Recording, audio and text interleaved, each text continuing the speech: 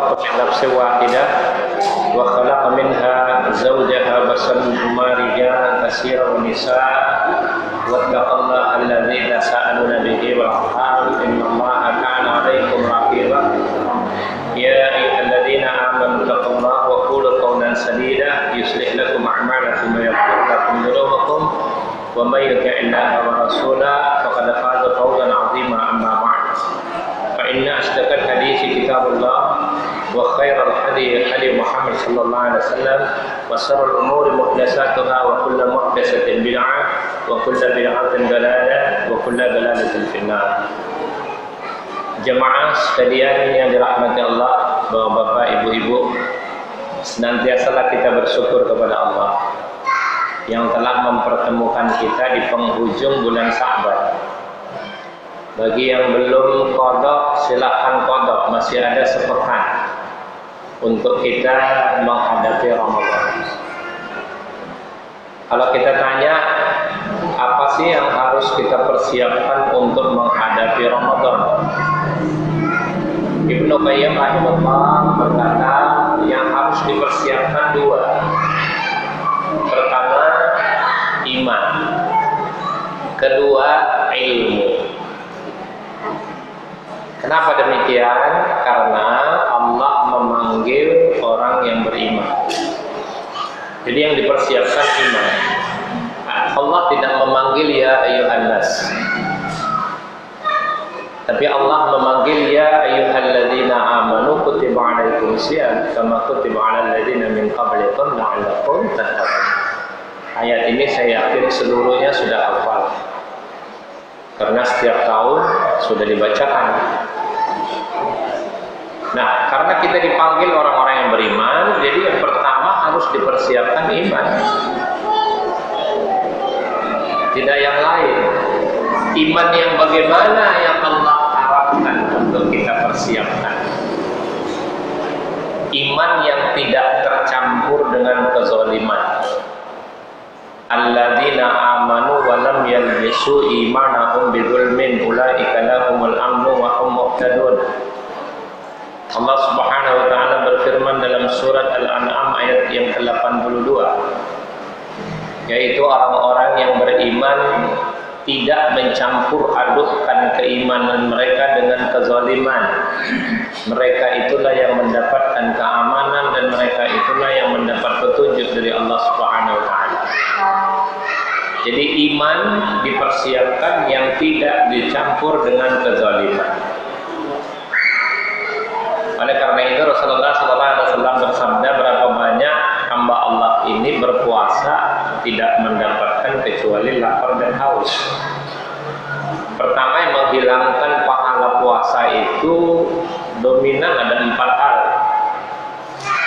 Kalau yang membatalkan puasa cuma 3. Ibnu Rajab Al-Hambali rahimahullah berkata, kecuali 3 hal tidak membatalkan saum, yaitu makan, minum, dan bersetubuh di siang hari. Ya, tapi yang melepaskan pahala banyak sekali. Di antaranya ada 4 hal. Pertama, azur. Azur itu diterjemahkan perkataan dusta, bohong. Puasa jalan terus, bohong jalan terus. Yang habis pahalanya, bukan puasanya batal. Karena orang yang bohong itu dusta, tidak perlu qadha karena puasanya tidak batal. Cuma di hadapan Allah tidak diberi penilaian. Kemudian laghun ini sia-sia, perkataan yang sia-sia ataupun perbuatan yang sia-sia. Contohnya ngerumpi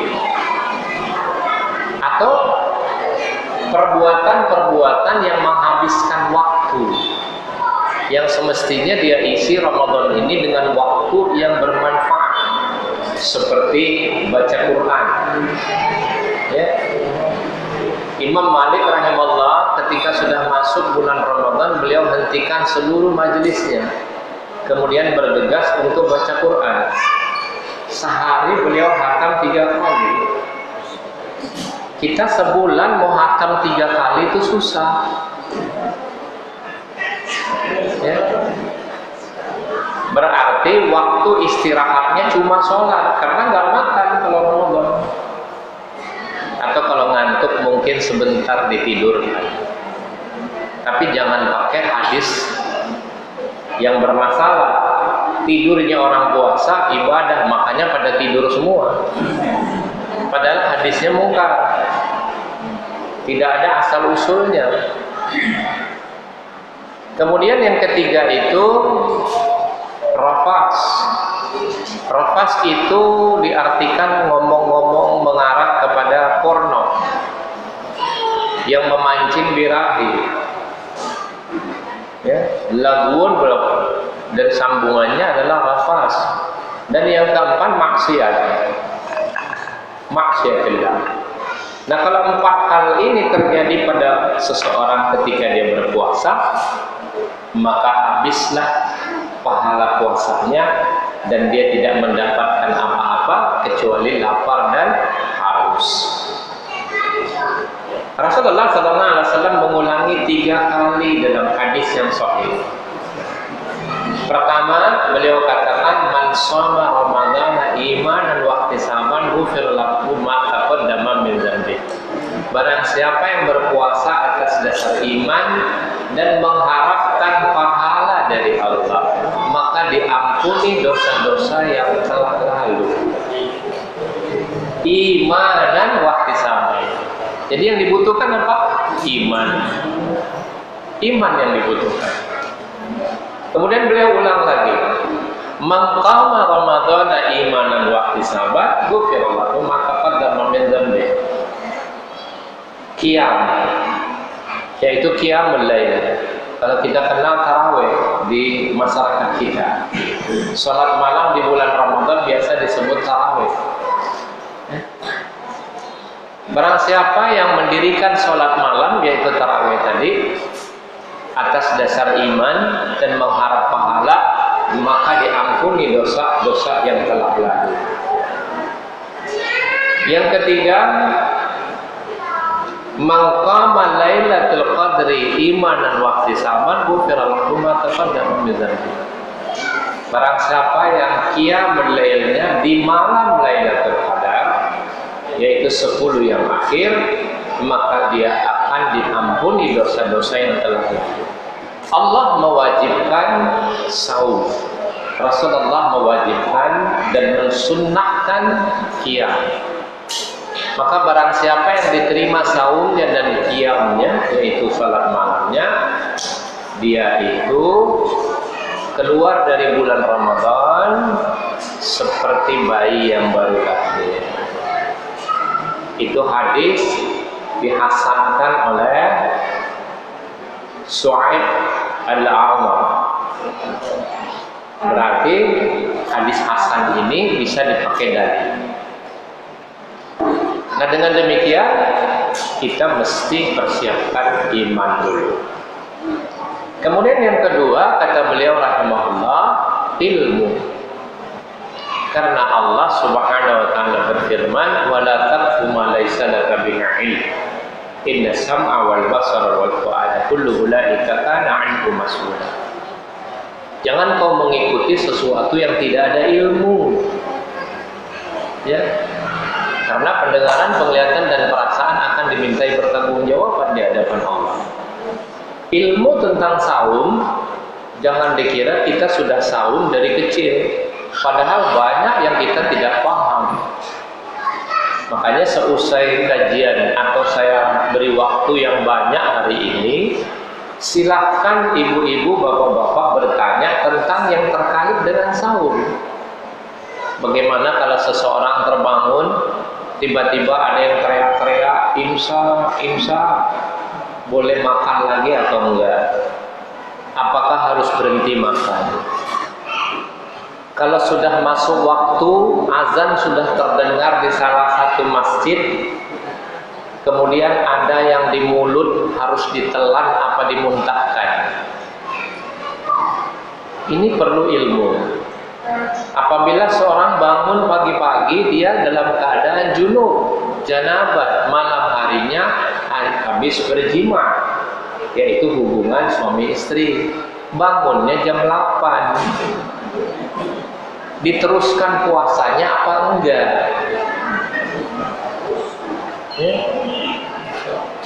Apakah kita mandi itu untuk saum atau untuk sholat? Tidak ada pengaruh apapun. Seorang yang berjanabat di siang hari sekalipun kalau tiba-tiba mimpi, kan berjunub juga. Apakah harus batal saumnya? Tidak. Mandinya kita itu tidak terkait dengan saum. Maka tidak ada mandi wajib dalam rangka menghadapi Ramadan. Adanya mandi wajib karena habis bersetubuh atau mimpi bersetubuh atau keluar mani, baik laki-laki maupun perempuan. Adapun bercumbu, mencium istri itu makruh kalau hanya yang keluar madhi. Tapi kalau sampai air mani yang keluar, ya batal puasanya. Makanya dalam kajian fikih, dalam mazhab Imam Syafi'i rahimahullah yang disarah oleh Abu Malik Kamal Al-Salim, beliau berkata, yang masih muda dilarang tidur bersama. Yang kalau sudah tua nggak apa-apa tidur bersama pada siang hari, karena setannya udah capek godain orang tua. Tapi kalau anak muda, apalagi pengantin baru, ini bahaya. Bisa mengarah kepada hal-hal yang membatalkan saum. Makanya sisanya saya biarkan untuk ditanya jawab nanti. Apa sih yang perlu kita menghadapi Ramadan? Karena ilmu. Man 'amila 'amalan ya laisa 'alaihi amruna fa huwa raddun. Barang siapa yang beramal ya, satu urusan yang tidak ada contoh dari kami, maka amalan tersebut ditolak. Coba kalau kita lihat masyarakat kita, mandi itu dibilang batal.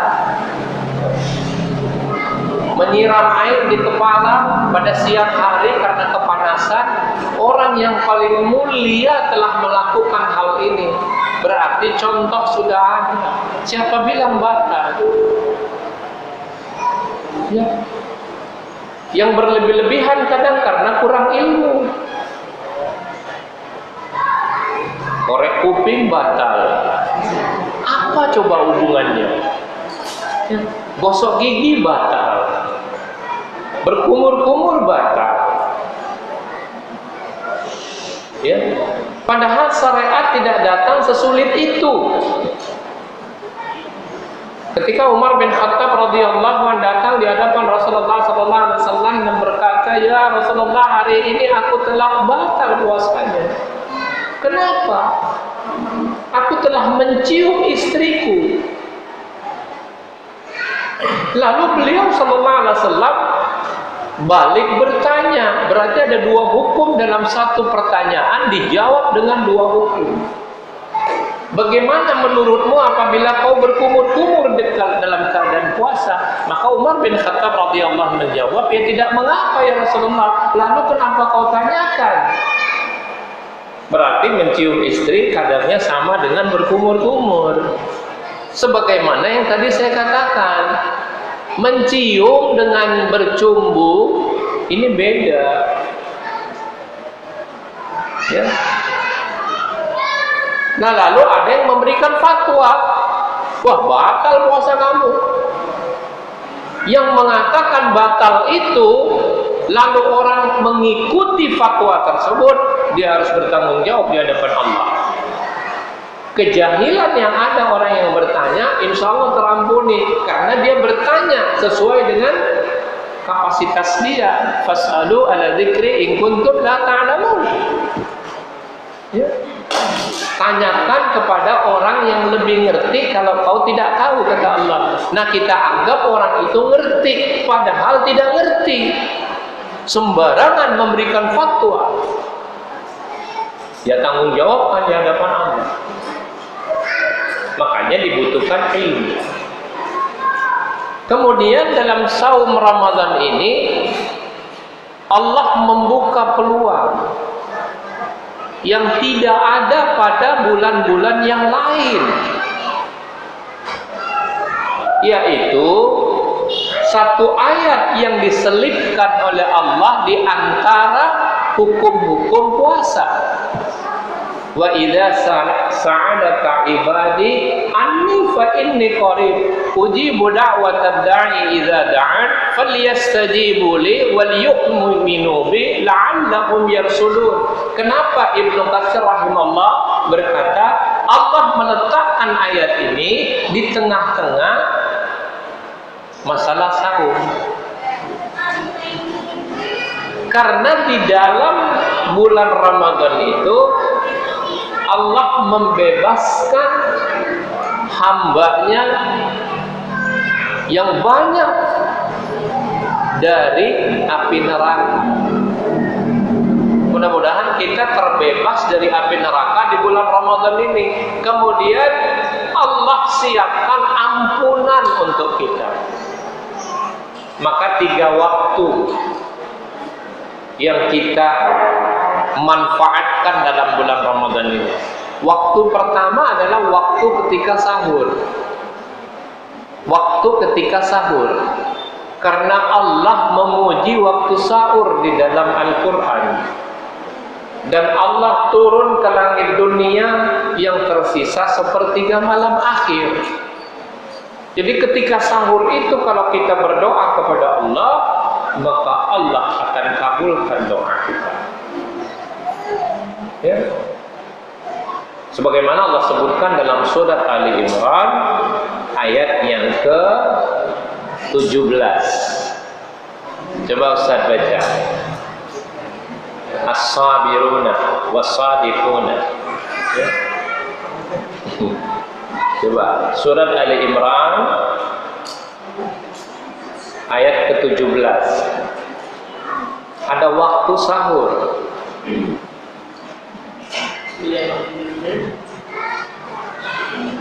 Orang yang sabar, orang yang benar, orang yang taat, orang yang menginfakkan hartanya, dan orang yang memohon ampunan pada waktu sebelum fajar. Nah, dan kalau di Al-Quran yang lain diterjemahkan waktu sahur. Ya, orang yang mohon ampun di waktu sahur. Ya. Oleh karena itu Ibnu Katsir rahimahullah membawakan sebuah hadis, Inna lillahi fi kulli yawmin itqa'a minan nar fi sahri Ramadan. Wa inna likulli muslimin da'watan yad'u biha fayastajibu lahu. Allah membebaskan beberapa orang atau banyak orang di dalam bulan Ramadan dari api neraka. Dan apabila seorang muslim, wa inna kulli muslim, di sini harus syaratnya muslim. Ya. Apabila seorang muslim berdoa, maka doanya dikabulkan. Ini dijamin oleh Rasulullah SAW berdasarkan ayat tadi, wa idza sa'alaka ibadi anni fa inni qarib. Apabila hamba-hambaku bertanya kepadamu, katakan aku ini dekat. Jadi orang yang saum itu Allah sangat dekat kepadanya, sehingga mempersiapkan doa dikabulkan. Kemudian ayat itu tadi dibaca. Ya. Ibnu Katsir membawakan ayat tadi karena waktu sahur itu dipuji oleh Allah. Kemudian diantaranya, ya, pertama sahur sepanjang hari, la turaddu da'watan as-shaimu hatta yuftir. Itu kata Rasulullah SAW begitu. Ya, tidak ditolak doa orang yang berpuasa sampai dia berbuka. Berarti dari sahur sampai berbuka. Ya. Dan satu keistimewaan lagi di saat berbuka, la turaddu da'watahu as-sha'imu hina yuftir. Tidak ditolak doa ya orang yang saum ketika dia berbuka. Nah, kita ketika berbuka lagi kemana nih? Lagi sibuk cari makanan ke warung sepanjang jalan. Habis, padahal waktu itu waktu makbul untuk berdoa. Kita lagi sibuk cari makanan untuk berbuka. Kenapa nggak dipersiapkan dari pagi? Kenapa harus menjelang waktu yang makbul itu justru kita sibuk cari makanan? Kenapa tidak dipersiapkan selama ini? Pernah nggak kita berpikir? Syekh bin Baz rahimahullah berkata, waktu ini terbuang sia-sia. Padahal seorang hamba sesuai dengan ayat dan hadis tadi, dia sudah mempersiapkan dirinya menjelang dia berbuka itu dengan doa-doa, kata Imam An-Nawawi rahimahullah, yang berkepentingan untuk dunia dan akhiratnya. Justru di situ kita minta, kepentingan dunia kita apa? Kepentingan akhirat kita apa? Pada saat itu justru kita harus persiapkan doa. Makanya ketika begitu dengar azan dalam salah satu masjid tentunya, kadangkala kalau kita tunggu masjidnya nggak sama ya, di TV aja nggak sama ya. Kalau niatnya cari yang lebih cepat, Allah tahu niatnya. Tapi sebenarnya tanpa niat-niat tertentu, apabila Syekh Utsaimin rahimahullah berkata, apabila sudah terdengar salah satu masjid mengumandangkan azan, berarti itu sudah waktu berbuka. Allah ampuni, karena waktu yang akurat cuma Allah yang tahu. Ya. Nah, ketika kita berbuka itu, kita baca doa yang paling penting. Apa doanya? Za'abat zama'u wa batallatil uluku wa sabatal ajru insyaallah. Ya. Coba kalau kita mengerti artinya. Ya, telah hilang rasa hausku. Telah basah urat leher. Urat leher ini di sini ya, tenggorokan. Dan telah ditetapkan pahala insyaallah. Kenapa harus ada insyaallah?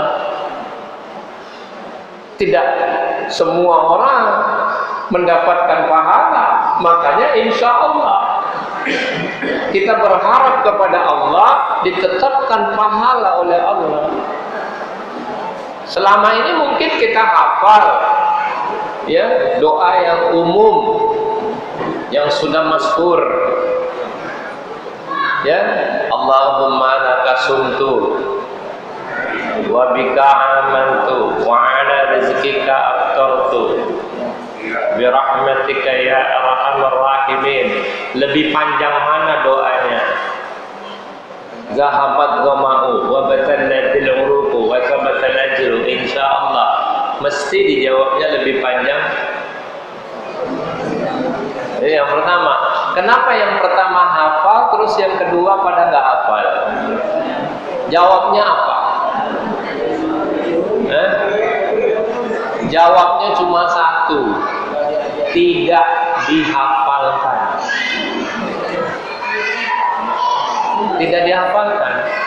Padahal kalau mau kita hafalkan, pasti lebih mudah untuk menghafalkan yang sunnah daripada yang tidak ada dalil yang sahih tadi. Padahal kalau hitung panjangnya mesti lebih panjang yang pertama, tapi pada hafal. Kenapa? Karena terbiasa. Ya, bisa ala biasa, karena biasa. Coba kalau kita ini lagi ngaji begini nih, kelihatan yang biasa baca Quran sama yang tidak biasa baca Quran. Nampak dari gerak lidahnya aja kita sudah tahu ini orang mesti setahun sekali nih baca Qurannya. Karena lidah ini keluh kalau kenapa tidak dipakai untuk baca Quran setiap hari? Baca Quran itu setiap hari loh, Bu. Bukan lagi Ramadan aja. Ya. Setiap hari, karena Rasulullah SAW menganjurkan hatamkan Al-Quran sebulan sekali. Berarti kalau sebulan sekali, satu hari satu juz. Cuma sahabat aja minta lebih, akhirnya ditentukan jangan kurang dari 3 hari. Karena orang yang baca Quran kurang dari 3 hari, maka dia tidak akan paham. Ya. Kenapa timbul pertanyaan? Para imam kita ini bisa menghatamkan sehari 3 kali. Beda dengan kita, karena para imam-imam kita sudah paham Al-Quran. Beda dengan kita. Orang yang sudah paham, ya tentu beda dengan orang yang baca Quran hanya sekedar pemburu pahala. Dia nggak apa-apa. Siapa bilang nggak boleh? Memang kita semua lagi mengejar pahala, kenapa tidak dimanfaatkan bulan Ramadan? Padahal pada bulan Ramadan inilah Allah turunkan Al-Quran, dan satu-satunya bulan yang disebut di dalam Al-Quran adalah Ramadan. Syahrul Ramadan alladzi unzila fihi Al-Quran hudan lin-nasi wa bayyinatin minal huda wal furqan. Sudah jelas. Dan Allah mudahkan, walaqad yassarna al-Qur'ana lidzikri fahal min muddakir. Berulang-ulang Allah sebutkan, kami mudahkan Al-Quran sebagai pelajaran. Adakah orang yang mau mengambil pelajaran? Jadikan Al-Quran pelajaran, maka hati menjadi tenang, kulit menjadi tenang. Saya baru-baru sampaikan, ya. Ketika kita baca Quran, karena memang pada bulan Ramadan itu panasnya lebih. Coba ini aja udah kita terasa ini. Ya. Ramadan itu sebenarnya pengertian secara lughawi itu matahari sedang menyentuh batu yang panas. Sepanas itu. Coba kalau kita ini berada dalam kepanasan, baca Quran, dingin nih kulit. Kata siapa? Kata Allah.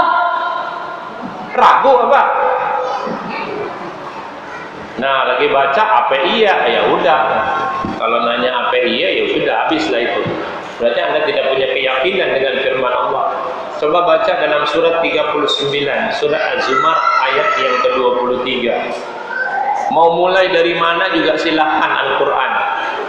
Mau mulai dari surat apa silahkan. Ya. Tidak masalah, karena mutunya sama semua Quran. Tapi kalau mau niatnya hatam, ya tentu dari suratul Fatihah sampai surat An-Nas. Itu diulang-ulang. Memang Allah sebutkan diulang-ulang. Ayat Allah ini diulang-ulang. Dari kecil sampai hari ini kita baca Quran, gak ada yang bosan.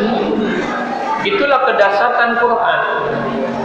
Kenapa? Karena dalam ayat yang lain, kalau mau dicatat dalam surat 10, surat Yunus ayat yang ke-57. Walaqad, ya di sini coba kita lihat. Ya ayyuhan nas, qad ja'akum mau'izatun sifaul lima fis sudur. Ya Allah panggil di sini ya ayyuhan nas, berbeda. Beda dengan apa puasa tadi ya. Ya ayyuhalladzina amanu.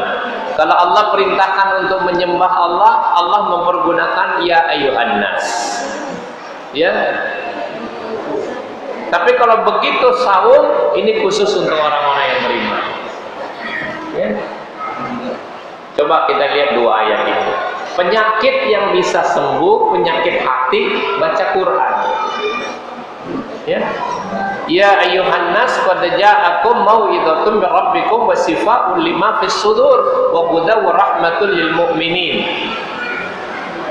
Wahai manusia, telah datang satu pelajaran dari Rabbmu. Apa pelajaran itu? Yang bisa menyembuhkan penyakit-penyakit yang ada di dalam dada, yaitu hati. Apa penyakit hati? Coba sebut 5 aja. Penyakit hati 5 aja, coba, nggak usah 10 deh. Takabur, ria, ujub, anania, ego. Ya, satu lagi apa? Hasad. Iya, itu 5 yang di atas betul. Ya, kalau syirik bisa karena syirik kepada bisa syirik karena amalia, ya bisa karena amal, atau syirik dari kauliyah kata-kata bisa saja. Ya, tapi umumnya manusia melakukan syirik itu dengan perbuatan dan keyakinan. Perkataan jarang, tapi bisa saja mengarah kepada syirik perkataan. Ya. Oleh karenanya coba lihat dalam surat 39 Ustaz ayat 23 tadi. Siapa bilang kita tidak diberi nikmat oleh Allah, ayat Al-Quran bisa menenangkan kulit dan hati kita. Allah telah memberikan kesempatan yang paling baik, yaitu Al-Quran, yang serupa ayat-ayat lagi berulang-ulang. Nah, itu kan. Dibesar karenanya kulit orang-orang yang takut kepada Tuhan, kemudian menjadi tenang kulit dan hati mereka ketika mengingatnya. Iya. Itulah petunjuk Allah, dengan kita itu Dia memberi petunjuk kepada siapa yang Dia kehendaki. Iya. Dan barang siapa dibiarkan sesat oleh Allah, maka tidak seorang pun yang dapat memberi petunjuk. Ya. Sekarang kita tanya dengan ayat ini, ketika ibu-ibu, bapak-bapak kepanasan, yang merasakan itu apanya? Kulit. Orang merasakan panas itu sebenarnya kulitnya.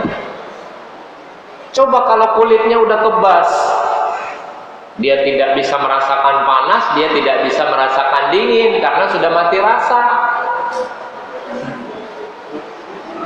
Oleh karena itu, ketika Allah siksa orang-orang yang berdosa di neraka, Allah sebutkan setiap kulit yang hangus kami ganti dengan kulit yang baru. Kenapa? Yang merasakan siksaan itu kulit.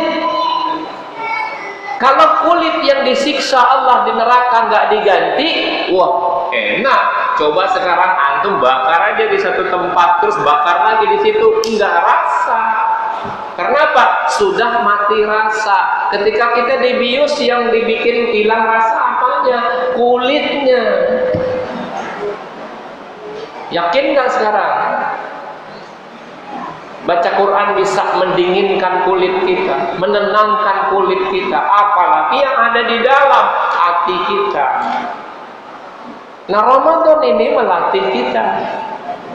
Nggak apa-apa juga kan, tiap bulan Ramadan bergegas baca Quran, nggak masalah, karena memang waktu yang kita punya di bulan Ramadan beda dengan waktu yang kita punya di luar bulan Ramadan. Dan Allah mudahkan kita beramal karena setan-setan sedang dibelenggu. Pintu surga sedang dibuka oleh Allah. Oleh karena itu kita manfaatkan bulan Ramadan ini, baca Quran. Jadi sehari-harinya kita lakukan baca Quran dengan keyakinan, tenang kulit saya di dunia, dan insya Allah tenang kulit saya di akhirat karena tidak disiksa di neraka. Surat 4 ayat 56. Ya, yang diganti itu kulitnya. Kalau nggak diganti ya nggak rasa. Coba Ustaz baca. Sungguh orang-orang yang kafir kepada ayat-ayat kami, kelak akan kami masukkan ke dalam neraka. Iya. Ya. Setiap kali kulit mereka hangus, kami ganti dengan kulit yang lain, agar mereka merasakan azab. Sungguh Allah Maha Perkasa, Maha Bijaksana. Iya.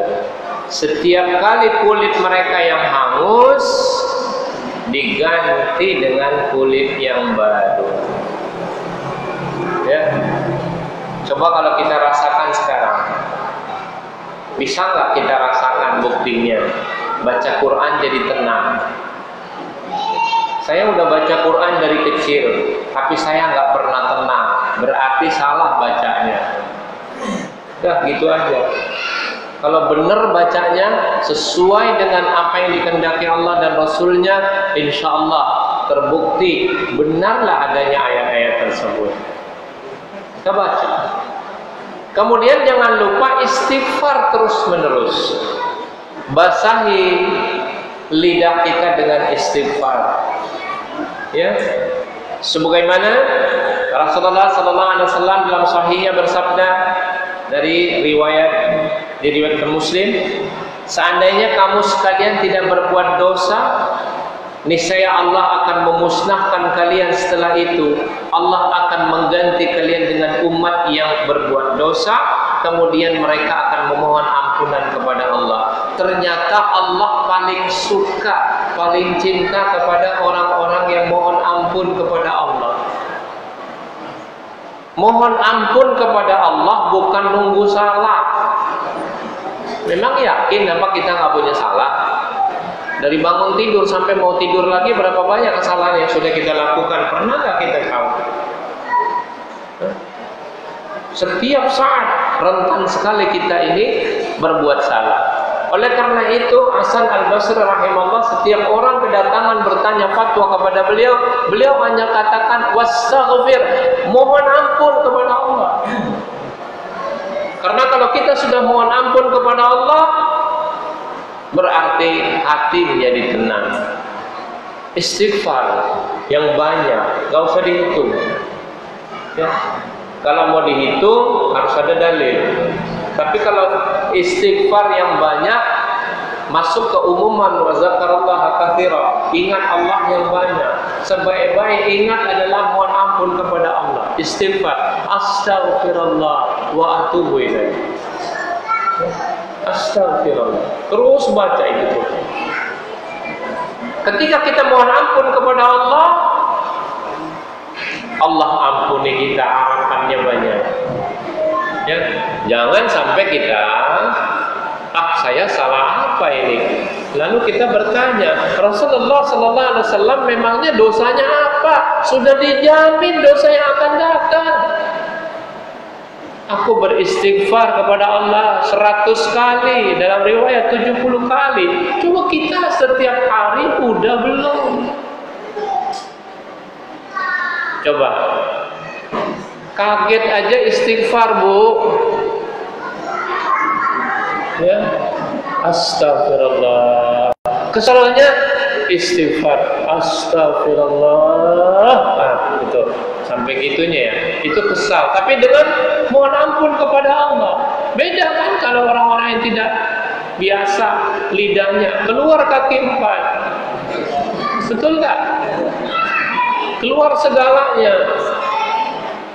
Anak disetan-setanin juga. Setan di anak, maknya setan. Ini anak setan bener, ya maknya setan lah. Orang yang ngelahirin siapa? Ya kan? Coba. Tapi kalau sambil kesal, yang keluar dari mulut seorang mukmin itu, masya Allah, lidahnya nggak kotor, kata Rasulullah SAW. Terjaga. Marahnya aja istighfar atau zikr Allah. Ya Allah, udah kesel itu padahal. Iya, kesel padahal itu. Tapi masih tersebut nama Allah, masya Allah. Itulah mukmin. Apalagi kalau istighfar, mohon ampun. Ya Rabbi firli dzambi. Saya sudah pernah baca hadisnya ya. Seorang berbuat dosa, lalu dia mohon ampun kepada Allah. Berbuat dosa lagi, mohon ampun lagi. Berbuat dosa lagi, mohon ampun lagi. Ya sampai dia mati, mohon ampun. Mana duluan yang dia capai? Matinya tanpa istighfar atau setelah istighfar? Insya Allah setelah dia mohon ampun, niscaya dia dapati Allah Maha Pengampun. Orang dijamin oleh Allah. Dijamin dengan harta. Kita ini harapannya besar. Tapi nggak pede juga. Saya udah diampuni ini kok, nanti bikin dosa lagi. Pakai kutip dalil lagi. Ya. Jadi ketika kita berbuat dosa, mohon ampun. Sampai terakhir dalam hadis itu, terserah kaulah kata Allah. Arti terserah itu, selama manusia mau mohon ampun kepada Allah, maka pintu tobat tetap terbuka.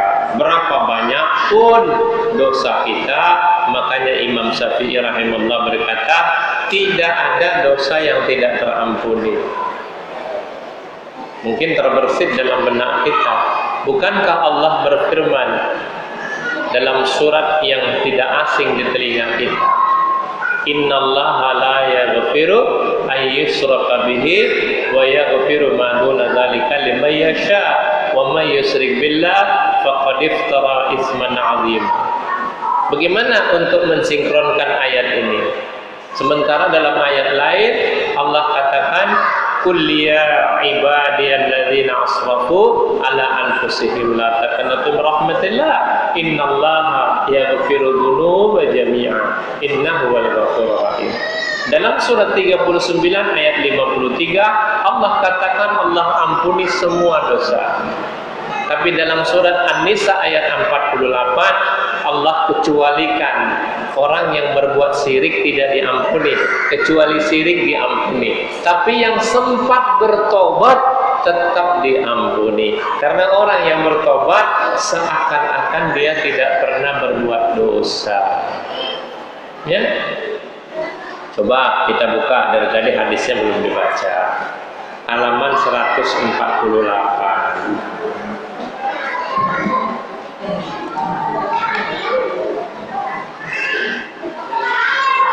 Hari ini insya Allah karena subjudul kita memohon ampunan kepada Allah. Saya tinggalkan diktat ini nanti diperbanyak Ustaz sebagai PR kita bulan Ramadan dibaca. Jadi amalan-amalan yang kita bicarakan dari awal pertemuan beberapa saat yang lalu, di penghujung bulan Sya'ban ini kita bagikan diktatnya supaya bisa dibaca apa saja amalan yang harus saya lakukan untuk menghapus dosa-dosa saya. Ya, nah kalau ketika apalagi di bulan Ramadan bisa kita lakukan, Masya Allah, Allah berkehendak insya Allah supaya kita ini mendapatkan ampunan Allah. Celaka orang-orang yang ingat nggak doa Nabi, doa malaikat yang diaminkan oleh Nabi. Salah satunya celaka orang-orang yang sudah memasuki Ramadan tetapi dia tidak mendapatkan ampunan dari Allah. Salah satu ya, celaka orang-orang yang apabila disebut nama Nabi tidak berselawat kepadanya. Celaka orang-orang yang dia masih punya orang tua tapi tidak mendatangkan dia untuk berbakti kepada orang tua sehingga dia mendapat ampunan dari Allah. Kemudian hadis ini dipelintir oleh sebagian orang untuk maaf-maafan di bulan Ramadan, padahal isinya bukan itu. Ya, jadi nggak ada maaf-maafan di bulan Ramadan tuh tidak ada sunnahnya karena Rasulullah tidak lakukan, para sahabat tidak lakukan, kita juga tidak perlu melakukan. Kalau mau mohon maaf kepada orang yang kita berbuat dosa, tidak secara umum, maaf lahir batin, nggak ada sunnahnya. Ya, jangan ikut-ikutan. Nanti diminta pertanggungjawaban ikut-ikutan. Coba baca berapa hadisnya. Ya. Abu Hurairah radhiyallahu anhu berkata, Nabi sallallahu alaihi wasallam menceritakan dari Tuhan lalu bersabda, seseorang hamba berdosa maka dia berdoa, Allahumma firli jambi, ya Allah ampunilah dosaku. Dijawab oleh Allah, hambaku berbuat dosa dan mengetahui bahwa ia mempunyai Tuhan yang sanggup mengampuni dosa atau menuntut dosa. Kemudian dia kembali berbuat dosa dan kembali berdoa. Berdoa. Salah ketik. Dan kembali berdoa Rabbi firli jambi. Hai Tuhanku, ampunilah dosaku. Maka Tuhan menyambut, hambaku berbuat dosa dan mengetahui ada Tuhan yang dapat mengampuni dosa. Dan mengetahui ada Tuhan yang dapat mengampuni dosa atau menyebutnya. Kemudian dia kembali berbuat dosa lagi dan berdoa, Ya Rabbi firli. Ya Rabbi firli jambi. Wahai Tuhanku, ampunilah dosaku. Firman Tuhan, hambaku berdosa dan mengerti bahwa ada Tuhan mengampuni dan menuntut dosa. Ini aku ampunkan bagi hambaku. Maka terserah padanya berbuat kehendaknya. Terangan sebelahnya. Terangan, selama manusia masih mau memohon ampun dan bertaubat, maka pintu ampunan dan taubat tidak akan tertutup bagi. Nah, tidak ada istilah tertutup pintu taubat, nggak ada. Ya, kecuali orang yang mati dalam kekafiran dan ketika mau mati baru bertobat, itu yang ditolak. Ya, jadi selama itu pintu tobat tidak ditutup. Berdoa kepada Allah, mohon ampun yang banyak. Salah satu yang terkenal mohon ampun istighfar, ya tadi sudah kita baca, astaghfirullah wa atubu ilaih. Ya. Kemudian dalam ayat lain kita sering baca, Rabbana zalamna anfusana wa illam taghfir lana wa tarhamna lanakunanna minal khasirin. Ya Rabbku, betapa aku telah menganiaya diriku sendiri. Ya, karena kita semua ini zalim terhadap diri kita sendiri. Ya. Jikalau engkau tidak mengampuni dan memberi rahmat kepadaku, niscaya aku termasuk orang-orang yang rugi, kata Allah. Dalam surat berapa itu? Rabbana zalamna anfusana wa illam taghfir lana wa tarhamna lanakunanna minal khasirin. Doa Nabi Adam diajarkan oleh Allah kepada Nabi Adam, diilhamkan untuk baca doa tersebut dan sudah diterima taubatnya Nabi Adam, yaitu dalam surat 7 ayat 23. Ya, maka kita baca doa itu. Semua kita sudah hafal, tinggal prakteknya aja ya Pak ya. Ya, ngomong sih gampang, tapi untuk melakukannya tidak segampang yang kita ucapkan. Apa sih susahnya sebenarnya istighfar? Apa sih susahnya kita berdoa kepada Allah? Tidak ada susah. Cuman setan itu nggak suka manusia mohon ampun. Itu judulnya. Karena setan tidak suka hambanya. Manusia ini, hamba Allah ini mohon ampun kepada Allah. Supaya jadi temannya setan semua. Ya, maka kita mohon ampun. Insya Allah pada Ramadan kali ini lebih bermakna dengan Ramadan yang sebelumnya. Ya, ini sudah jam 2 jam saya, jam situ nggak bergerak, jam 1 terus. Ya, ya. Baik, saya beri kesempatan kepada bapak-bapak, ibu-ibu untuk bertanya. Tanyalah yang bermanfaat, yang bisa diamalkan, terutama yang terkait dengan Ramadan atau terkait dengan puasa. Insya Allah kita jawab. Ya, silakan. Ya. Tanya soal kiblat dari hadis dari Aisyah bahwa saudara yang mulai dari Ramadan maupun di luar Ramadan itu tidak lebih dari 11 rakaat. Terus bagaimana kita setelah melakukan yang mulai dengan mulai sekarang, apakah ada seperti itu yang mulai Baik. Telah dijawab oleh ulama-ulama tempo dulu. Apa yang dipilih oleh Rasulullah SAW 11 rakaat, tapi ternyata juga tidak hanya 11 tapi 13 rakaat. Berarti yang 11 tidak dibatas. Karena setelah Rasulullah SAW mengerjakan 11 rakaat dalam hadis yang sama, kemudian beliau tambah 2 rakaat lagi. Berarti jumlahnya adalah 13 rakaat. Dan Rasulullah SAW tidak pernah membatasi sholat malam berapa rakaat. Maka seseorang bisa menambah dan bisa mengurangi. Oleh karena itu Imam Ahmad rahimahullah berkata, apabila seseorang berkata ada batasnya atau bilangan tertentu sholat malam di bulan Ramadan, bahwa dia keliru.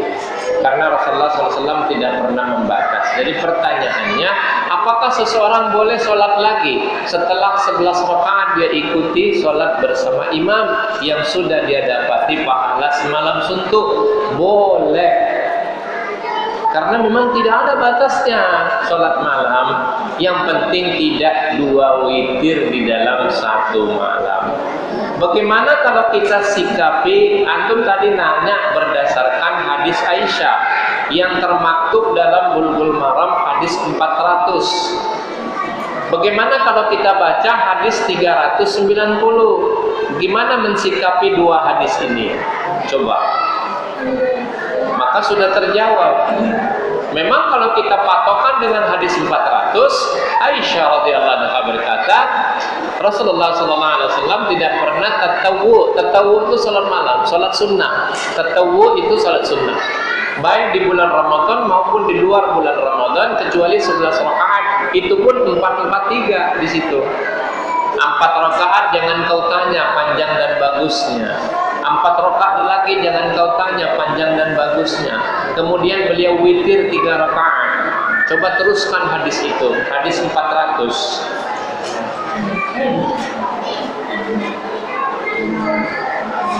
Ya, baca. Karena yang nanya yang baca kan. Dari Islam berkata tidak pernah Rasulullah SAW kerjakan atau bulan Ramadan dan tidak di lainnya lebih dari 11 rakaat. Yaitu ia sholat 4 rakaat. Jangan kau tanya tentang bagusnya dan panjangnya. Kemudian dia sholat 4 rakaat. Jangan kau tanya tentang bagusnya dan panjangnya. Kemudian dia sholat 3 rakaat.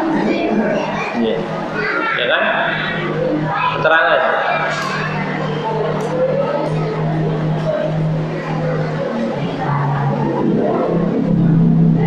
Diteruskan ya.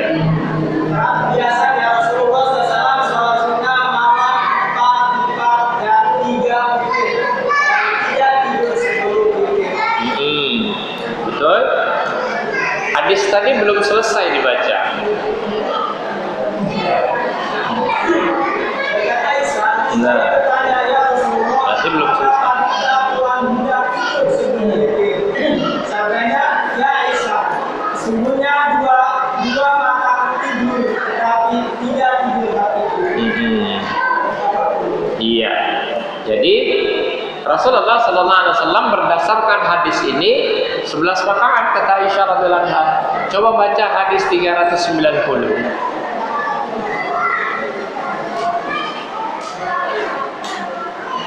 Dari Ibnu Umar, ia berkata, telah bersabda Rasulullah SAW, salat malam itu ialah 2 rakaat.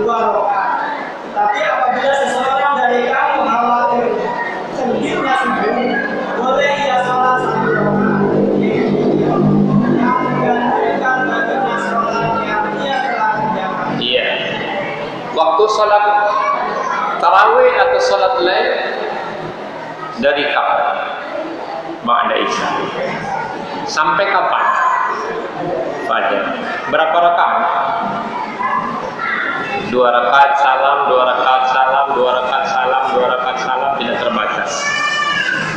Apabila seseorang khawatir masuknya subuh, maka hendaknya dia ganjilkan 1 rakaat untuk mengganjilkannya. Witir. Berarti bisa dihitung nggak? Enggak. Dalam riwayat lain Aisyah radhiyallahu anha berkata, karena Rasulullah SAW mengerjakan sholat malam di rumah beliau radhiyallahu anhu tak terhingga. Sehendaknya tak terhingga. Berarti tidak ada batasnya. Tapi kalau berdasarkan hadis tadi 443 memang dikatakan tidak lebih daripada itu. Wallahu a'lam. Di zaman Imam Malik rahimahullah dikerjakan 36 rakaat. Umar bin Abdul Aziz pernah memimpin 47 rakaat.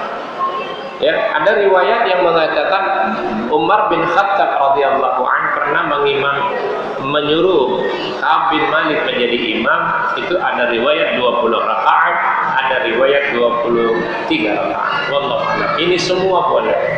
Oleh karena itu, salat malam tidak terbatas. Seseorang boleh lebih, boleh kurang daripada itu. Yang penting dia tidak 2 witir dalam satu malam. Hadis 407. Baca.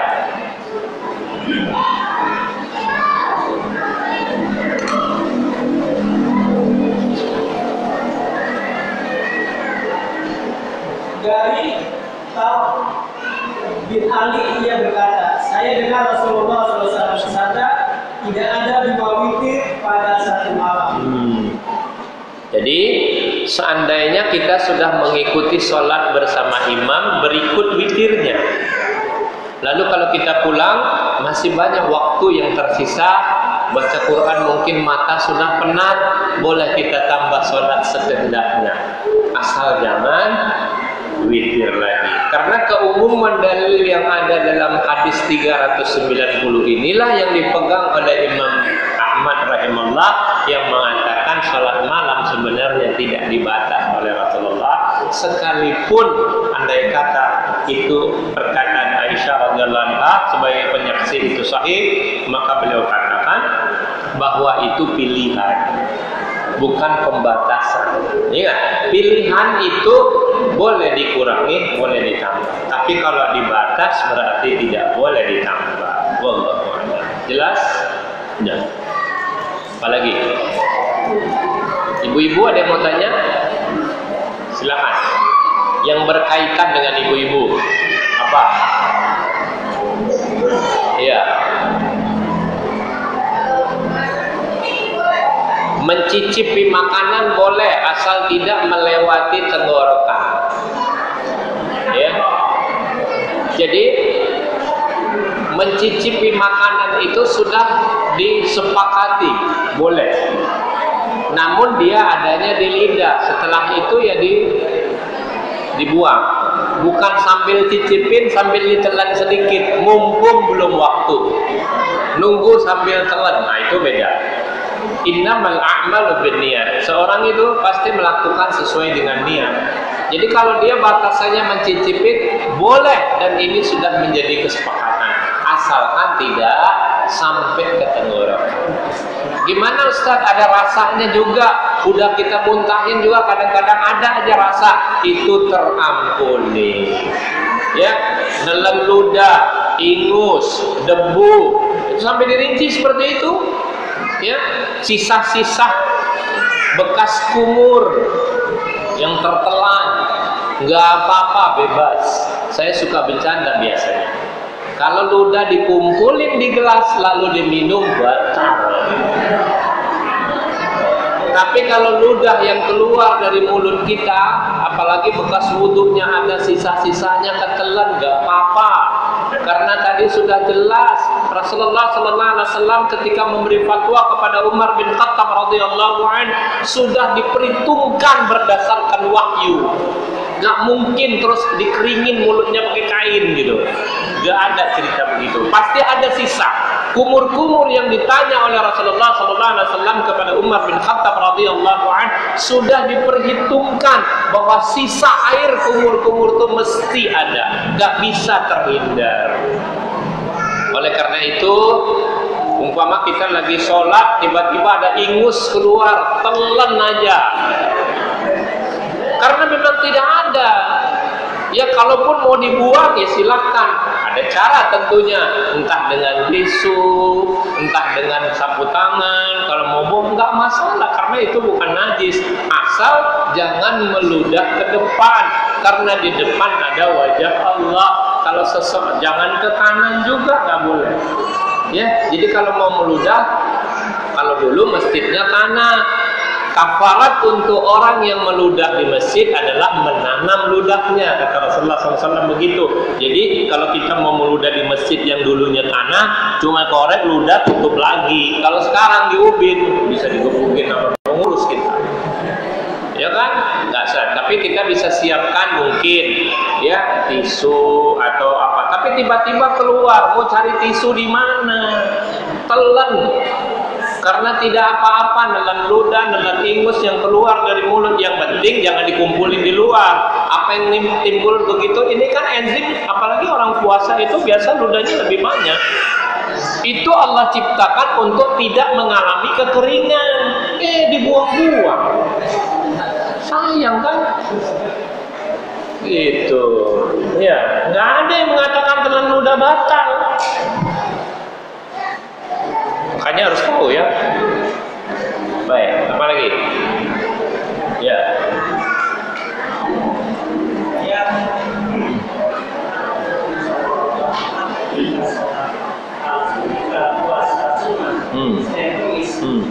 Dia terbiasa bukannya itu semua kerja nanti. Sehingga saya merasa belum aja dia menjawab bahwa saya ada tuntutan panggilan puasa. Itu panggilan sholat. Dia terbiasa dengan tuntutan 5 sampai 10 menit belum aja dia udah berbuka. Ya, terus ya ditanya apa? Ada dasarnya nggak? Ya itu orang nggak jelas. Itu orang nggak jelas. Ya, katakanlah tidak terdengar azan. Ada waktu nggak? Apalagi zaman sekarang ada jam. Kalau kita yakin jam sekian itu sudah masuk waktu, apalagi sekarang ada alat bantu, maka itulah tandanya untuk berbuka. Ya, biasa di masyarakat kita ditandai dengan azan. Azan itu adalah masuknya waktu. Ya, tapi di sebagian daerah ditandai dengan beduk. Betul nggak? Ada. Sebagian daerah lagi dengan serina. Wah, tuh ada daerah tertentu itu pakai serina, oh berarti udah buka itu, tanda buka. Ya silakan, itu semua adalah masalah dunia. Tapi waktu yang jelas sudah masuk. Tapi kalau sebelum 10 menit dia buka puasa, ya berarti dia tidak berpuasa, ya batal secara keseluruhan. Ya kan? Ya udah, lagian kenapa diikuti orang jahil seperti itu?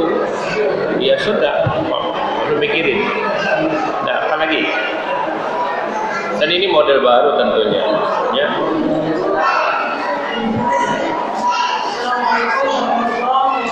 Waalaikumsalam warahmatullahi wabarakatuh.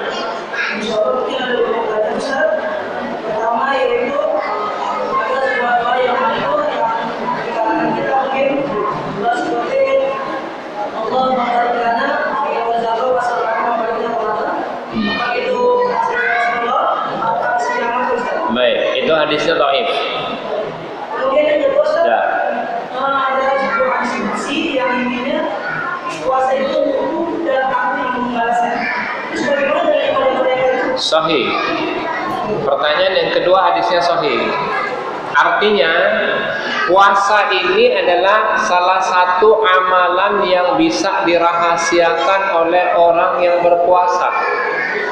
Amalan yang tidak bisa dilihat oleh orang lain adalah saum. Makanya untukku, kata Allah, untuk Allah. Coba Anda makan kenyang terus bilang puasa, siapa yang tahu? Allah saja yang tahu. Ya kan? Tapi kalau sholat nampak nggak? Nampak. Syahadat nampak, ucapan nampak. Haji apalagi pakai ngundang orang biasanya. Ya, syiar. Apalagi? Zakat nampak, ada yang memberi, ada yang nerima, ada duanya lagi ya. Begitu. Saum siapa yang tahu? Cuma Allah yang tahu.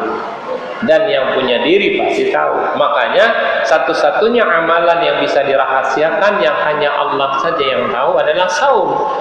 Baik saum sunnah maupun saum Ramadan. Karena memang tidak ada yang tahu. Maka puasa untukku, kata Allah. Aku yang akan memberikan pahala. Artinya apa? Tak terhingga.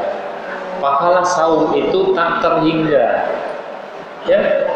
Adapun Rasulullah katakan ada kalanya dibalas 10, ada kalanya 700. Tapi khusus saum tak terhingga pahalanya.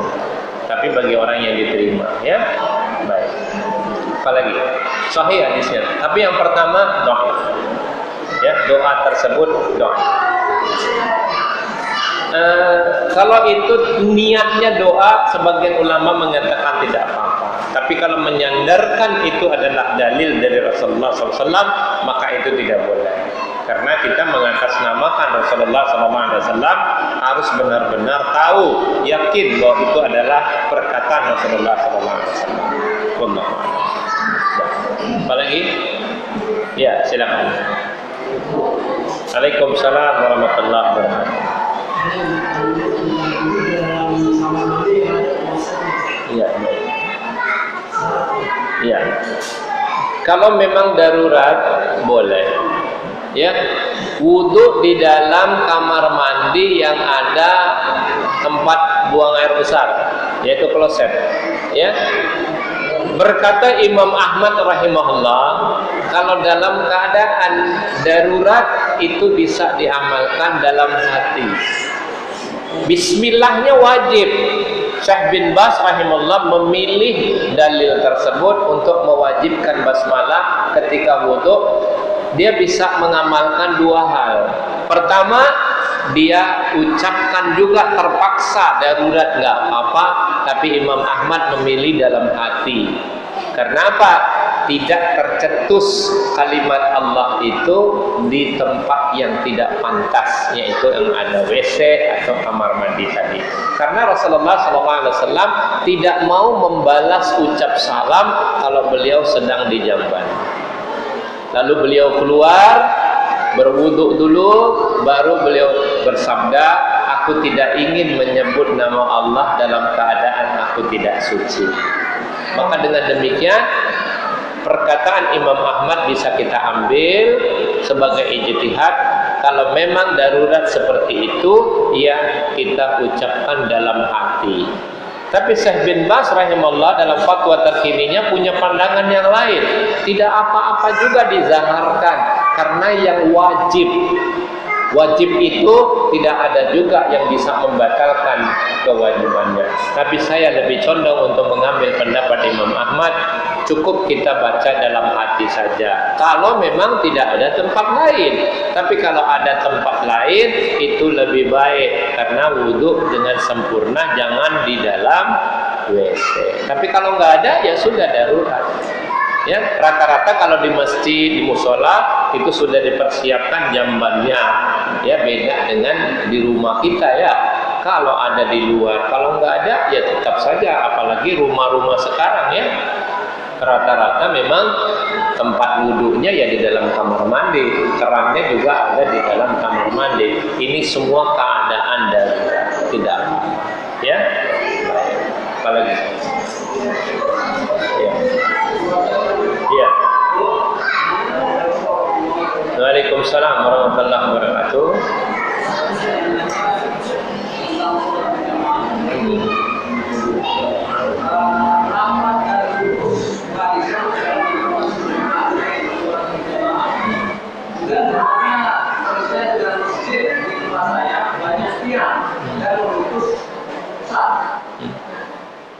Jarang-jarang maksudnya? Tiang makruh. Ya, Anas bin Malik radhiyallahu berkata, kami di zaman Rasulullah SAW menghindari tiang.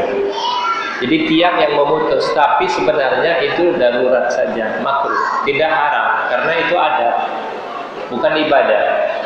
Ya, jadi kalau memang kita di balik tiang pun sah sholat kita, cuma tidak disukai. Ya, tapi bagaimana orang yang memang darurat kebagiannya pas yang ada tiang? Ya sudah darurat. Tapi kalau Anda bisa pilih, ya pilihlah yang tidak ada tiang. Ya, tapi sah sholat seseorang, tidak apa-apa. Dan ini sudah pernah dibahas misalnya. Tegas. Ya. Jadi sholat apakah tiang memutus saf atau tidak? Kita katakan tidak disukai, tapi tidak memutus saf karena memang kondisi darurat.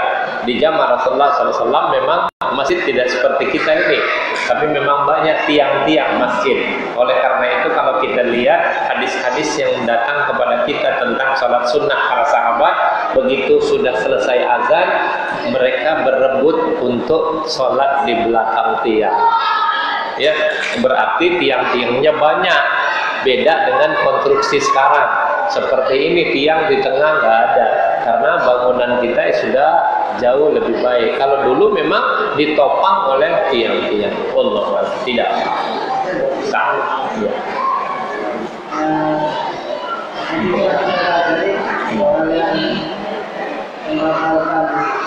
Saum. Iya.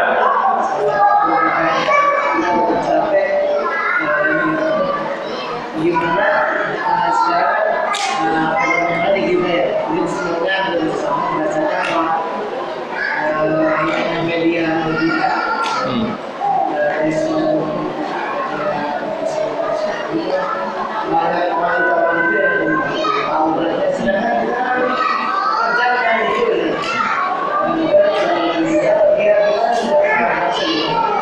Kata melihat dan terlihat pasti beda.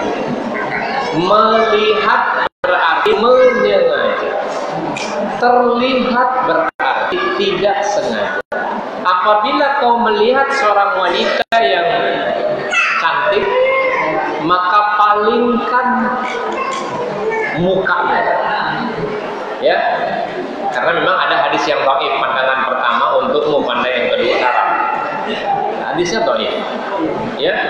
Karena itu Rasulullah SAW ketika membonceng Fadl bin Abbas, ketika seorang wanita dari Juhaina, dari suku Qatsam datang bertanya kepada Rasulullah SAW, wajahnya terbuka dan luar biasa cantiknya.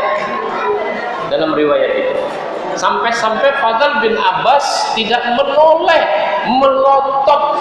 Istilahnya kalau kita ini mandang wanita tertegun. Maka Rasulullah SAW pegang kepalanya, diputar ke arah lain.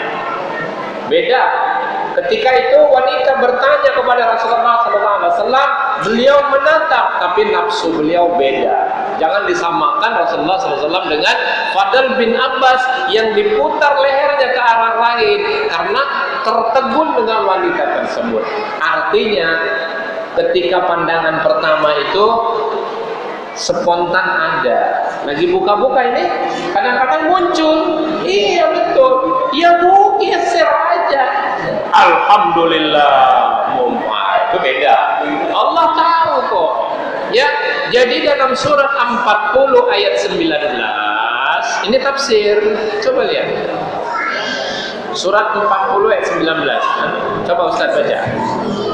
Pandangan yang disebut pandangan yang khianat, seorang laki-laki dengan sengaja memandang wanita yang bukan mahramnya. Ya, yang bukan mahramnya.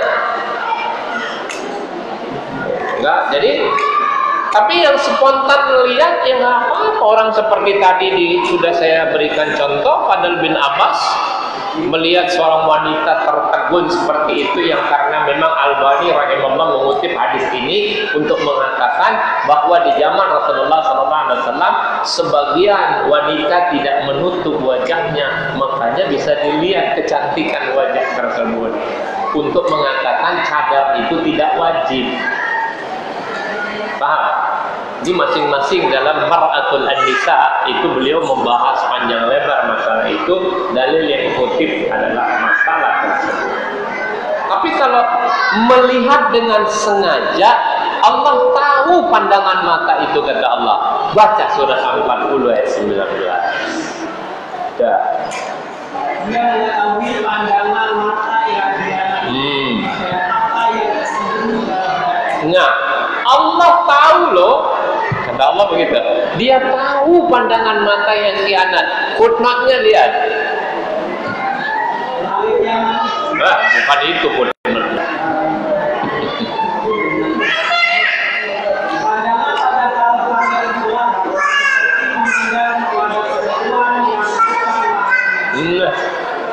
jelas nggak sih? Cukup jelas ya. Jadi Allah tahu kok Ustaz lagi lihat kebetulan lewat, apa memang diberhentikan di situ? Nah itu antum jawab sendiri pakai ayat itu. Allah sudah tahu pandangan matanya kiamat tadi, ya kan? Beda nggak? Terlihat, bahasa tadi enak. Terlihat berarti tidak sengaja, melihat sengaja. Ya. Jadi kalau kita lihat pertama, ya memang terlihat. Kemudian mau dipelototin terus apa berpaling? Karena syaratnya berpaling dari palingkan pandangan ke tempat yang lain. Ya. Kalau ini ya kita ini ya geser ke tempat yang lain kan selesai. Ya. Apalagi? Tidak mungkin. Bahkan kadangkala yang porno itu masuk, wah itu bahaya loh sebenarnya anak-anak itu dikasih HP sekarang. Ya. Iklan-iklan yang sungguh tidak pantas kita lihat kadang-kadang muncul di situ. Ya. Alhamdulillah mumpung ada. Itu ayatnya. Beda kan? Semestinya apa? Astagfirullah. Kan gitu ya? Biasa kan? Ketika itu kan kita terlihat mohon ampun kepada Allah. Yang namanya terlihat mohon ampun. Ya. Kalau nggak bisa juga dibuang bayangan itu, sudah setubui aja istrimu. Sudah. Itu kata Rasulullah SAW begitu. Karena apa yang ada pada wanita tersebut sama dengan apa yang ada pada istrimu. Maka buru-buru pulang. Biarpun belum selesai ini, ya udah. Maaf, saya pulang dulu ini. Nah, gitu. Ngapain ya? Memang begitu. Ini syariat loh. Jangan dikira ini main-main. Karena memang pandangan kita yang tersisa itu bisa bahaya. Ya, maka kita mau tidak mau dikasih solusi oleh pembuat syariat yang memberi solusinya. Pulang ke rumah, setubui istrimu. Sudah. Itu adalah jalan keluar yang diberikan oleh Rasulullah SAW sambil beliau bersabda, apa yang ada pada wanita itu sama dengan apa yang ada pada istrimu. Sudah. Anda paham dong masalahnya? Apa lagi? Baik, ini ada ibu-ibu nanya, Assalamualaikum. Kita jawab, Waalaikumsalam warahmatullahi wabarakatuh. Pak Ustaz, niat puasa dibacanya setiap hari atau satu hari dalam sebulan. Ini sudah sejak dulu ikhtilaf di kalangan ulama.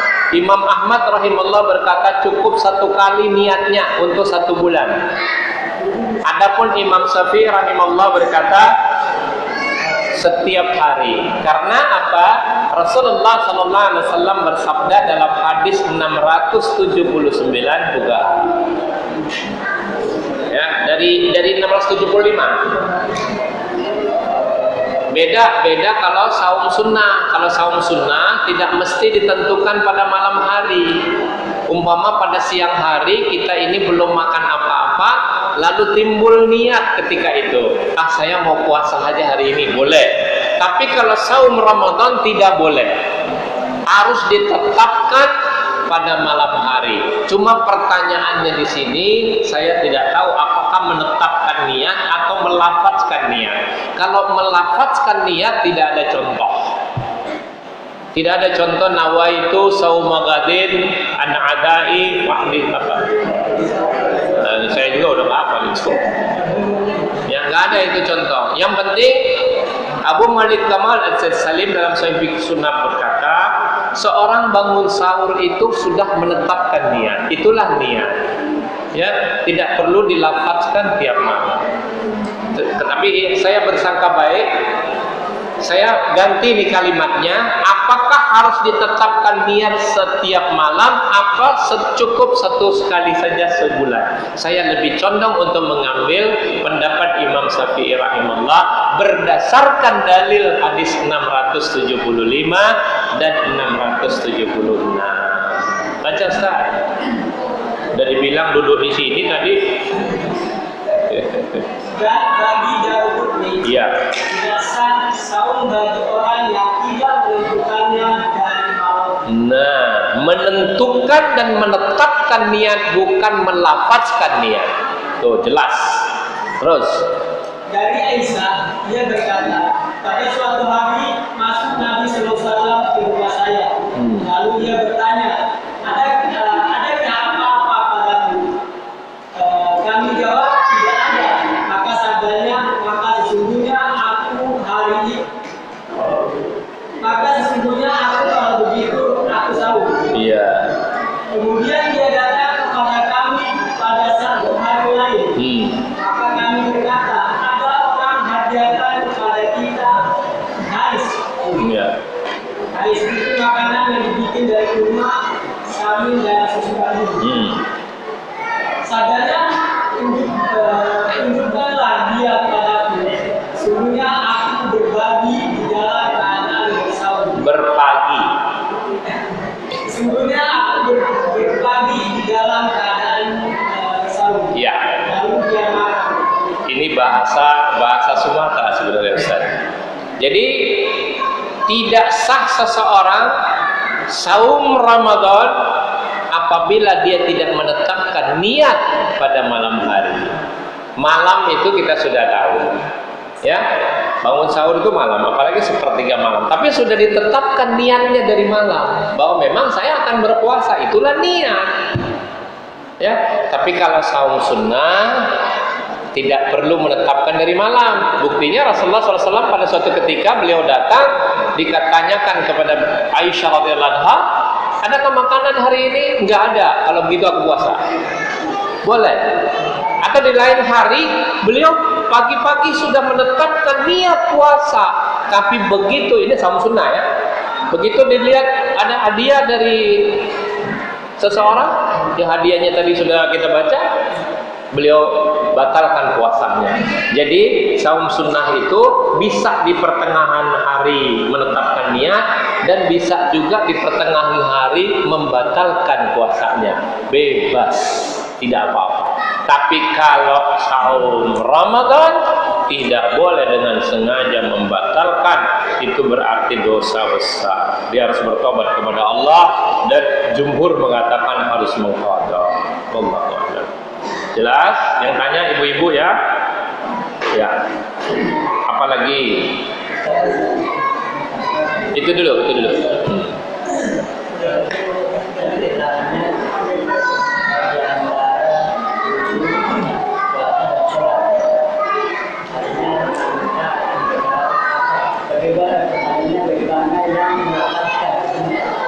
Iya, karena Imam An-Nawawi rahimahullah berkata, niat itu perbuatan hati, bukan perkataan hati, bukan perkataan lisan. Niat perbuatan hati. Tergeraknya seseorang berdiri untuk sholat itu niat. Ya, tergeraknya seseorang ingin wudhu itu niat. Itulah niat. Dibarengi perbuatan, itu niat, bukan melafazkan. Bahasanya agak rumit untuk dipahami. Ya, niat itu kata Abu Malik rahimahullah, ya, beliau katakan begini, maksud daripada sebuah kehendak. Bagaimana kita memahami ini? Maksud daripada sebuah kehendak. Jadi kalau kita punya maksud sesuatu untuk dikehendaki dilakukan, itulah niat. Salat Rasulullah SAW berdiri takbir, itu niat. Wudu, beranjak kita ke tempat wudu, itu niat. Bangun sahur, itu niat. Kalau nggak niat nggak mungkin. Mau ngapain? Ya, gitu ya. Adapun melafazkan itu tidak pernah dicontohkan. Ya. Yang saya itu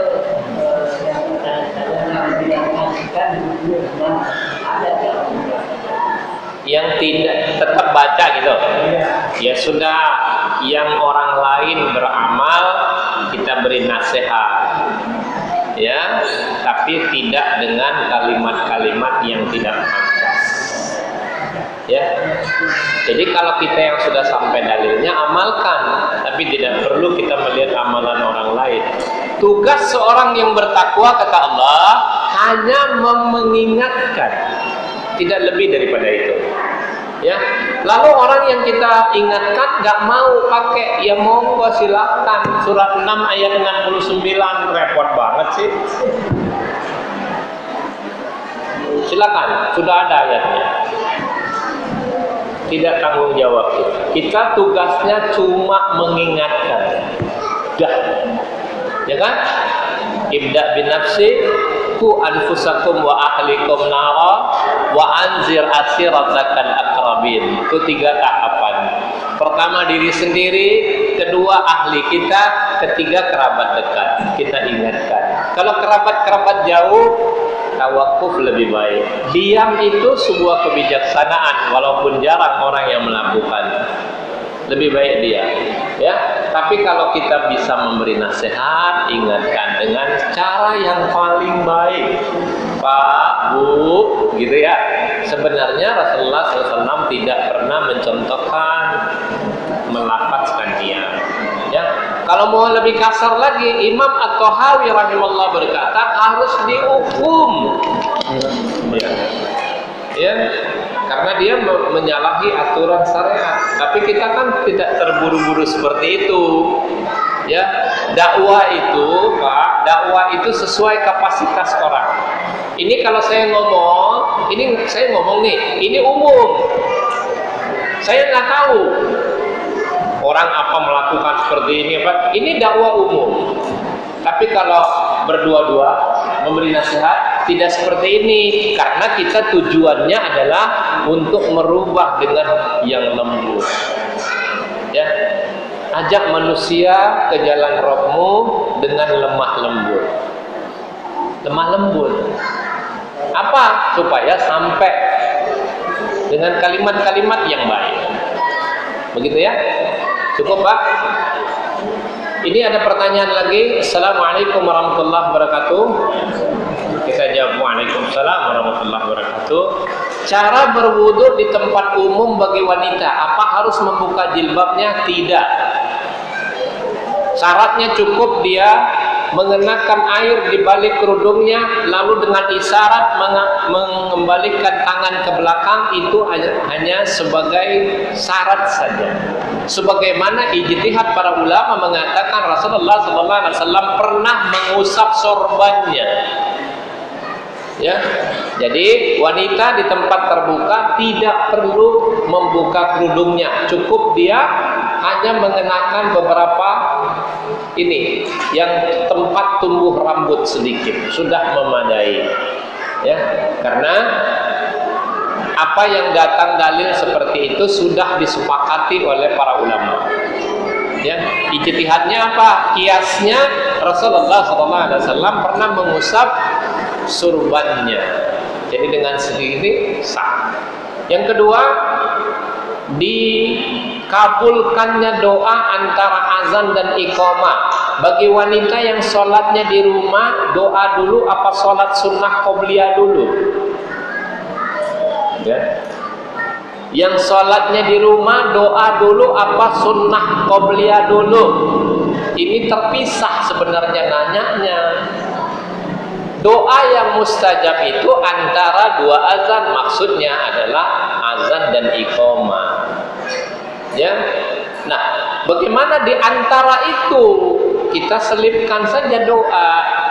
Lalu doa dulu apa sholat sunnah qobliyah dulu? Ya pilih aja yang mudah bagimu. Karena syariat tidak datang untuk menjelaskan secara rinci masalah ini. Yang penting hadisnya doa antara azan dan iqamah adalah mustajab. Ini ada dalam bab azan. Nanti saya tunjukkan dalilnya. Ya, adapun bagi wanita begitu terdengar azan sudah boleh dia sholat. Enggak usah nunggu sampai selesai. Begitu terdengar azan bagi wanita, dia sudah boleh sholat. Karena dia tidak berkepentingan juga ada di masjid untuk menjawab azan. Ya. Yang penting dia tahu waktunya sudah masuk dan dia boleh langsung sholat sunnah. qobliyah. Lalu di selah-selah itu dia boleh berdoa. Boleh pilih doa dulu apa salat dulu. Karena tidak ada rincian secara tegas masalah ini. Apa yang tidak diambil sikap oleh syariat, kita juga tidak mengambil sikap. Wallahu a'lam. Kemudian doa lama dikabul. Gimana Ustaz? Ya terus doa sampai dikabul. Ya, sampai dikabul. Buka hadisnya. Halaman 360. Nah, jawaban tepat. Yang paling atas Abu Hurairah, dengerin yang baca.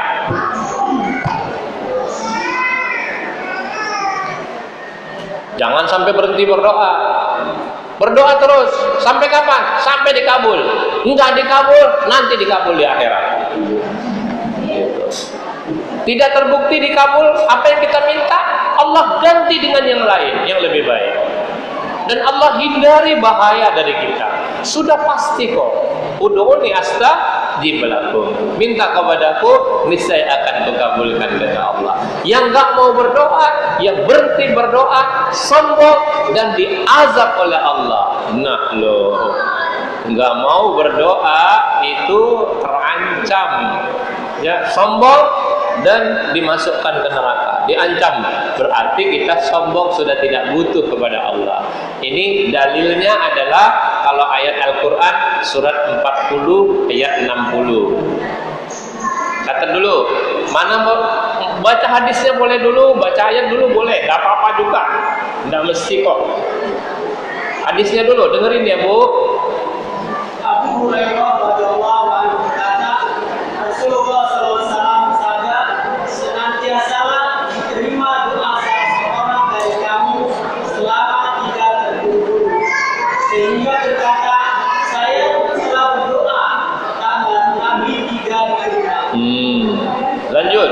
Ya. Dalam riwayat Muslim disebutkan, senantiasalah diterima doa seseorang selama tidak berdoa untuk dosa atau memutuskan persaudaraan, dan selama tidak terburu-buru.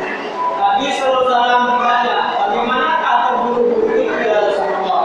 Jawab Nabi, dia berkata, saya telah berdoa dan berdoa, tapi tidak juga diterima. Maka saya menyesal dan tidak berdoa lagi. Nah, orang yang berhenti berdoa karena dia nyesel lama nggak dikabul, terancam dalam surat 40 ayat 60. Nggak main-main itu. Doa tidak mesti sekarang. Bisa jadi disimpan oleh Allah di akhirat, bisa jadi diganti dengan yang lain, bisa jadi dihilangkan bahaya semisal dengannya. Ya, adapun doa yang disegerakan itu karomah. Itu Allah segerakan kemuliaan kepada seseorang. Itulah karomah. Ya, kemuliaan. Ada kalanya kita minta langsung dikasih. Ada, kita pernah rasakan. Ya, tapi ada kalanya lama. Ujian seperti ada di hadis tadi. Kok lama banget sih? Padahal kan saya udah berdoa, udahlah saya berhenti aja berdoa gitu ya. Itu kan maksudnya kita nyesel berdoanya. Nah, terancamlah dengan ayat tadi. Surat 40 ayat 60. Surat Ghafir. Dan Tuhan berfirman, berdoalah kepadaku, niscaya akan aku perkenankan bagimu. Sehingga orang-orang yang sombong tidak mau menyembahku akan masuk neraka jahanam dalam keadaan hina. Footnote-nya.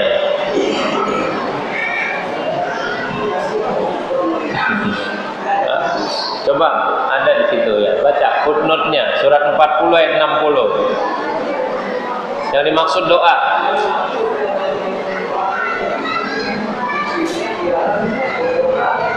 Nah, padahal tadi apa janji Allah dalam surat yang saya baca awal, surat 2 ayat 186 tadi. Wa idza sa'alaka ibadi anni fa inni qarib ujibu da'watad da'i. Aku yang mengabulkan doa bagi orang yang berdoa. Sudah dijamin, tapi doanya gimana? Bisa jadi diganti, bisa jadi disimpan, bisa jadi dihilangkan bahaya, dari semisal daripada itu. Yang penting jangan sampai berhenti berdoa, walaupun lama nggak apa-apa. Yang penting doa. Ad-duha huwal ibadah, kata Rasulullah. Doa itu ibadah. Jadi niatkan aja ibadah, kita dapat pahala kok berdoa. Dah, ya, jangan sampai nyesel. Berhenti nanti berdoa. Seperti hadis yang saya baca barusan. Ya, mudah-mudahan. Baik, ada lagi? Iya, silakan. Oh, di waktu ada. Kalau lagi halangan boleh nggak baca Quran? Boleh. Asal jangan menyentuh Quran. Jelas? Bagaimana caranya? Ya menyentuhnya dengan apa? Alas, entah sarung tangan, entah dibulak-balik pakai kerudung. Yang penting ini sudah disepakati boleh baca Quran dalam keadaan haid, wanita. Ya wanita yang haid, yang laki-laki kan gak ada yang haid. Ya boleh baca Quran. Menyentuh Qurannya tidak boleh. Karena Rasulullah SAW bersabda dalam hadis 83. Kalau 76 menyentuh perempuan beda. Coba 83 hadisnya. Jadi jangan disentuh. Tapi kalau pakai HP tidak apa-apa. Ini bukan mushaf. Umpama ini mau disentuh karena ini aplikasi, bukan mushaf, maka disepakati oleh ulama al-kabair boleh baca Quran dengan aplikasi Al-Quran disentuh karena tidak dibutuhkan wudu, tidak dibutuhkan suci. Adapun menyentuh Quran mushaf itu dibutuhkan suci karena tidak menyentuh kecuali hamba yang disucikan. Ya, hadisnya 83 kalau Ustaz.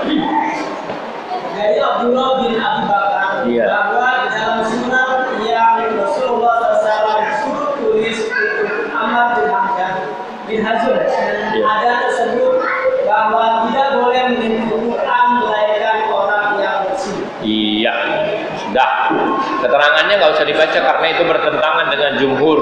Ya, jumhur sudah mensepakatinya boleh baca tapi tidak menyentuh. Mudah toh? Ya pakai alas lah. Apalagi sekarang ya ada sarung tangan atau bolak-balik pakai kain, pakai kerudungnya bisa dibalik. Ya, apalagi kalau pakai HP mungkin nggak perlu juga. Ya, baik. Cukup. Satu lagi siapa tadi? Iya.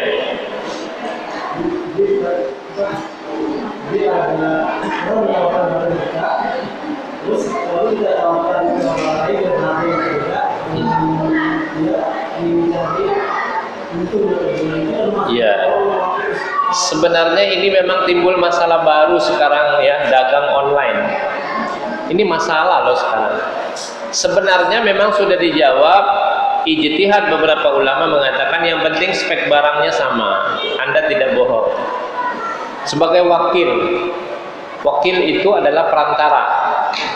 Ya, saya jualkan barang Anda. Izin sama yang punya, boleh. Ya, tapi kalau tidak sama dengan apa yang dijual itu tipu, gharar. Berarti dagangnya ada unsur gharar, yaitu tipu menipu. Ya. Maka dari itu Rasulullah SAW bersabda tidak boleh seorang jual, ya, sebelum dia miliki barang tersebut. Maka sebaiknya sebenarnya itu kita beli dulu. Tapi sekarang sulit, Mas. Kita tawarkan berdasarkan spek tadi. Nggak bisa kita gotong-gotong besi. Ya Ustaz, ini besinya begini, nggak bisa. Tentu speknya kita sudah tahu. Yang penting kita mengatakan apa adanya. Benar sebagai wakil bahwa kita tawarkan. Asal jangan banyak terjadi sekarang. Ya, inilah resiko dagang online tadi. Begitu fotonya bagus, begitu barangnya datang kecil, nyakitin. Itu nipu namanya. Nah, kalau selama itu bisa dijaga, Arifin Badri hafizullah sudah menjawab masalah ini. Ya, tentu itu tidak termasuk nipu. Yang penting speknya benar, apa yang kita tawarkan sesuai dengan apa yang ada kenyataannya. Karena sekarang umumnya terjadilah banyak ya, lebih banyak nipunya daripada enggak. Tapi insya Allah kita boleh-boleh saja karena zamannya sudah seperti itu. Wallahu a'lam. Ya, yang penting bener. Jangan sampai dipoto-nya beda, nanti yang dikasih juga beda. Nipu namanya. Ya, haram maksudnya. Cukup? Masih ada? Jam saya masih ada 15 menit. Di sini jam 3 kurang 15. Nah, ya. Kalau nggak ada kita sudahi. Masih tersisa nggak yang mau ditanya? Ibu-ibu masih ada yang mau nanya? Silakan. Apa? Saf.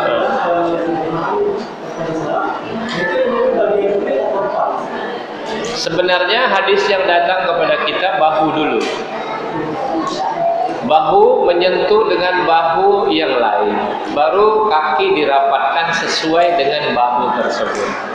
Maka dalam hadisnya berlemah lembutlah kau kepada saudaramu. Artinya nggak boleh sikut menyikut begini. Ketika kita meletakkan tangan itu sudah diberi contoh nih, dijatuhin begini. Jadi yang nyentuh ini. Kalau kaki duluan yang kita sentuhkan, badan nggak bakal nyambung karena ada orang pendek, ada orang tinggi. Ayo. Gimana kalau orang pendek berdirinya begini, ngangkang, tetap aja nggak bisa nyamain. Akhirnya jaraknya jadi ini. Jadi makanya harus sentuh bahu, berlemah lembutlah kepada saudaramu. Berarti maknanya adalah bahu. Cukup? Ya. Sudah Ibu? Sudah ya? Sudah ya Ustaz? Subhanakallahumma bihamdika asyhadu an la ilaha illa anta astaghfiruka wa atubu ilaik. Assalamualaikum warahmatullahi wabarakatuh.